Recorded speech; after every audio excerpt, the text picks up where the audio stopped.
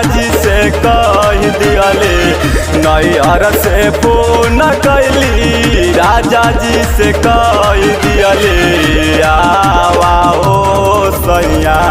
करतानी छठ वही जे देवे के अरग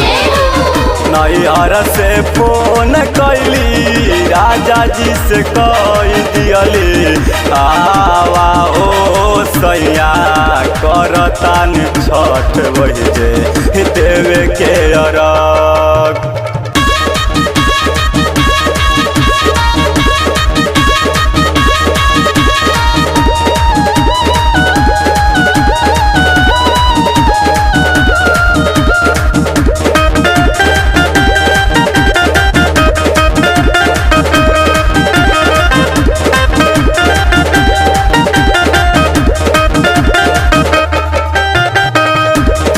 रही साड़ी लैहा पियरा पगड़िया हो मथवा पल के दौरा चलिहा छठी घटवा हो के दौरा चलिहा छठी घटवा हो रही साड़ी लैहा पियरा पगड़िया हो मथवा पल के दौरा चलिहा छठी घटवा हो कौआ जवार जुटी होलाई पुजाई हो गौआ जवार जुटी होलाई पुजाई हो आवा हो सैया करतानी छठ वही जे आवा हो सैया करतानी छठ वही जे देवे के अरग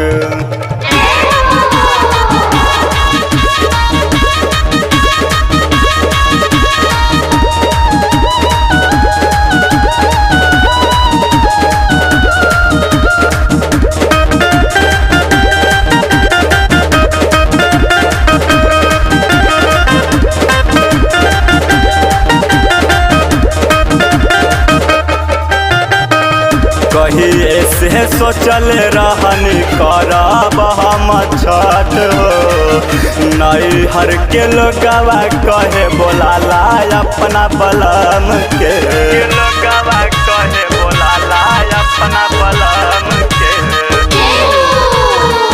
कहिए से सोचल रहनी करब हम छठ हो